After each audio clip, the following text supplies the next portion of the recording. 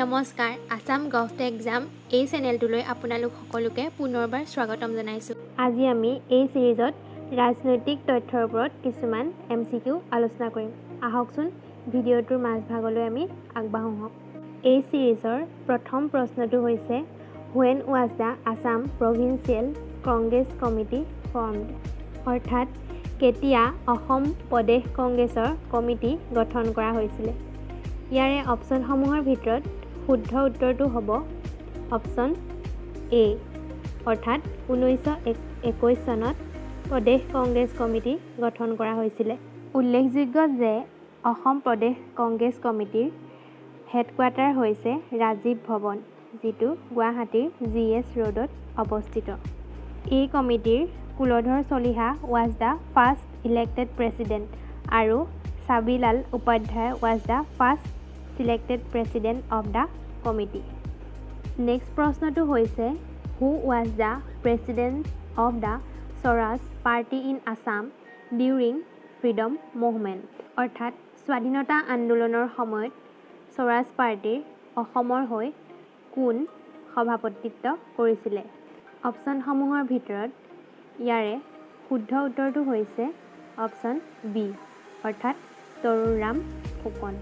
উল্লেখযোগ্য যে তৰুণৰাম ফুকনে কেন্দ্ৰীয় পৰিষদৰ সভ্য হিচাপে 15 বছৰ কাৰ্যনিৰ্বাহ কৰিছিল। ইয়াৰোপৰি তেখেতক দেশভক্ত হিচাপে আমি সকলোৱে জানো। নেক্সট প্ৰশ্নটো হৈছে Mahatma Gandhi first visited Assam in the year. অৰ্থাৎ মহাত্মা গান্ধী অসমলৈ পোন প্ৰথমবাৰৰ বাবে কেতিয়া আহিছিলে?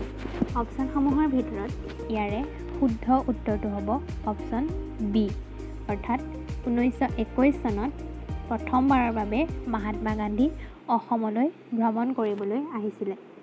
উল্লেখযোগ্য যে 1921 চনৰ আগষ্টৰ মাহৰ 18 তাৰিখে ব্ৰহ্মপুত্ৰৰ বুকুৱেদি গুৱাহাটীত তেখেত উপস্থিত হৈছিলহি।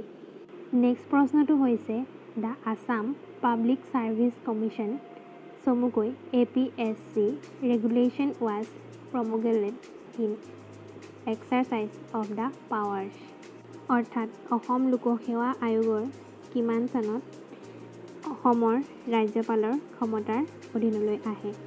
অপশ্যনসমূহৰ ভিতৰত ইয়াৰে শুদ্ধ উত্তৰটো হ'ব অপশ্যন এ অৰ্থাৎ 1951 চনত 1 ছেপ্টেম্বৰৰ পৰা ভাৰতৰ সংবিধানৰ 318 অনুচ্ছেদ মতে অসম লোকসেৱা আয়োগৰ গঠন অসমৰ ৰাজ্যপালে লাভ কৰা ক্ষমতাৰ অধীনত পৰে। নেক্সট প্ৰশ্নটো হৈছে the Assam region was separated from the Bengal presidency in. অৰ্থাৎ অসম বেংগল প্ৰেচিডেঞ্চি অৰ্থাৎ পূৰ্ববংগৰ পৰা কেতিয়া পৃথকীকৃত হৈছিলে? অপশ্যনসমূহৰ ভিতৰত ইয়াৰে শুদ্ধ উত্তৰটো হ'ব অপশ্যন চি অৰ্থাৎ 1876 চনত এই বিভাজন ঘটিছিল। উল্লেখযোগ্য যে the Assam territory was first separated from Bengal in 1874 as the north east frontier. অৰ্থাৎ নন ৰেগুলেশ্যন প্ৰভিন্সৰ ওপৰত ভিত্তি কৰি এই বিভাজন কৰা হৈছিলে। নেক্সট প্ৰশ্নটো হৈছে in which year chief commissionership was introduced in Assam. অপশ্যনসমূহৰ ভিতৰত ইয়াৰে শুদ্ধ উত্তৰটো হ'ব অপশ্যন চি অৰ্থাৎ 1876 চনত অসম আৰু পূৰ্ববংগৰ যি বিভাজন ঘটিছিলে তেতিয়াই চিফ কমিশ্যনাৰশ্বিপ ধাৰণাটো অনা হৈছিলে। নেক্সট প্ৰশ্নটো হৈছে হোৱাই IMN SS হু ৰট দিছ বুক। অপশ্যনসমূহৰ ভিতৰত ইয়াৰে শুদ্ধ উত্তৰটো হ'ব অপশ্যন ডি অৰ্থাৎ ভগৱত সিঙে এই গ্ৰন্থখন ৰচনা কৰিছিল। ভগৱত সিং হৈছে Indian socialist revolutionary to act of dramatic violence against the British in India.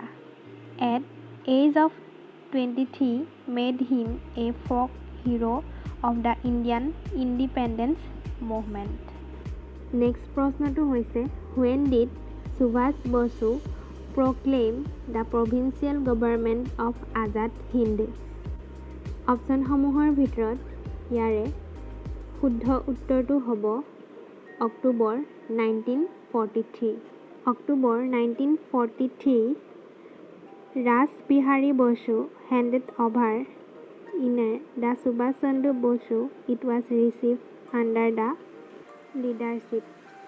Next প্ৰশ্নটো হৈছে Quit India movement was launched in অপশ্যনসমূহৰ ভিতৰত ইয়াৰে শুদ্ধ উত্তৰটো হ'ব অপশ্যন বি অৰ্থাৎ 1942 চনত ভাৰত ত্যাগ আন্দোলনৰ সূচনা হৈছিল। উল্লেখযোগ্য যে 1942 চনৰ এই আন্দোলনৰ ফলস্বৰূপে ভাৰতবৰ্ষই বৰ্তমানৰ অৱস্থিতি লাভ কৰিবলৈ সক্ষম হৈছিল।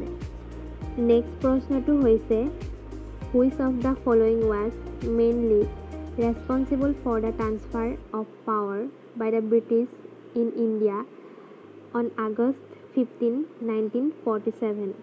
নিম্নলিখিত কোনখন কমিছনৰ দ্বাৰা ভাৰতবৰ্ষক ব্ৰিটিছৰ পৰা ক্ষমতাৰ বিভাজন ঘটোৱাত এক উদ্যোগী ভূমিকা গ্ৰহণ কৰিছিল? অপশ্যনসমূহৰ ভিতৰত ইয়াৰে শুদ্ধ উত্তৰটো হ'ব মাউণ্টবেটেন ডিক্লাৰেশ্যন। মাউণ্টবেটেনৰ যি ঘোষণাসূচী আছিল তাৰ পৰৱৰ্তী পৰ্যায়ত ভাৰতবৰ্ষই স্বাধীনতা লাভ কৰিবলৈ সক্ষম হৈছিলে। ভাইচৰয় লৰ্ড মাউণ্টবেটেনৰ আঁচনি অনুযায়ী 1947 চনৰ 3 জুনত ইংৰাজ চৰকাৰে ভাৰত ত্যাগ কৰাৰ কথা প্ৰকাশ কৰিছিল আৰু 1947 চনৰ 15 আগষ্টৰ দিনা দ্বিখণ্ডিত হৈ ভাৰতবৰ্ষই স্বাধীনতাৰ এক নিজস্ব দুৱাৰ মুকলি কৰি লৈছিল। নেক্সট প্ৰশ্নটো হৈছে How many people died during the Bengal famine of 1943? 1943 চনত হোৱা বেংগল ফেমিনৰ ফলত কিমান মানুহৰ মৃত্যু মুখত পৰিছিল? ইয়াৰে অপশ্যনসমূহৰ ভিতৰত between 2.1 to 3 million লোকৰ মৃত্যু হৈছিল। ইয়াৰে মূল কাৰণটো হৈছিলে দ্বিতীয় বিশ্বযুদ্ধৰ সময়ত মানুহৰ অৱস্থা অতি শোচনীয় হৈ পৰিছিল, যাৰ ফলত বিভিন্ন ৰোগ তথা দুৰ্ভিক্ষৰ ফলত এই লোকসকলে মৃত্যুক আঁকোৱালি লৈছিল। নেক্সট প্ৰশ্নটো হৈছে Which of the following event is not correct as per year? নিম্নলিখিত কোনটো উত্তৰ শুদ্ধ নহয়? ইয়াৰে শুদ্ধ উত্তৰটো হ'ব অপশ্যন বি অৰ্থাৎ সল্ট সত্যাগ্ৰহ 1931। এই উত্তৰটো শুদ্ধ নহয়। শুদ্ধ উত্তৰটো হৈছে 12 মাৰ্চ 1930 অৰ্থাৎ 1930 চনৰ 12 মাৰ্চ তাৰিখেহে সল্ট সত্যাগ্ৰহৰ সূচনা হৈছিলে। উল্লেখযোগ্য যে সেই দিনটোতে 78 জন অনুগামীক লগত লৈ সবৰমতী আশ্ৰমৰ পৰা প্ৰায় 241 মাইল দূৰত্বত সাগৰৰ পাৰত থকা দাণ্ডিলৈ লোণ আইন ভংগ কৰিবলৈ মহাত্মা গান্ধী তথা অনুগামীসকলে যাত্ৰা কৰিছিলে। 5 এপ্ৰিল তাৰিখে দাণ্ডিত উপস্থিত হৈ 6 তাৰিখে সাগৰৰ পানী তপতাই লোণ তৈয়াৰ কৰি লোণ আইন ভংগ কৰিছিল। এই আন্দোলনত অসমৰ পৰা লীলাধৰ বৰুৱাদেৱে অংশগ্ৰহণ কৰিছিল। নেক্সট প্ৰশ্নটো হৈছে Who are known as Kingmakers? অপশ্যনসমূহৰ ভিতৰত শুদ্ধ উত্তৰটো হ'ব Abdullah Khan and Hussain Ali known as the Sayyid brothers। Abdullah Khan আৰু হুছেইন আলী দুয়োজনেই মোগল পিৰিয়ডৰ কিংমেকাৰ হিচাপে জনাজাত। এই চিৰিজৰ অন্তিম প্ৰশ্নটো হৈছে In the first decade of the 20th century, the people who participate in national movement were mostly তলত দিয়া অপশ্যনসমূহৰ ভিতৰত শুদ্ধ উত্তৰটো হ'ব এডুকেটেড মিডল ক্লাছ পিপুল অৰ্থাৎ বিংশ শতিকাৰ জাতীয়তাবাদী আন্দোলনসমূহত মূলতঃ এডুকেটেড মিডল ক্লাছ পিপুলসকল জড়িত হোৱা দেখা পোৱা যায়।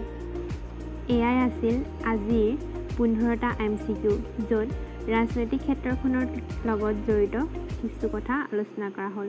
যদি আপোনালোকে ভিডিঅ'টো ভাল পালে তেন্তে লাইক শ্বেয়াৰ আৰু ছাবস্ক্ৰাইব নিশ্চয় কৰিব।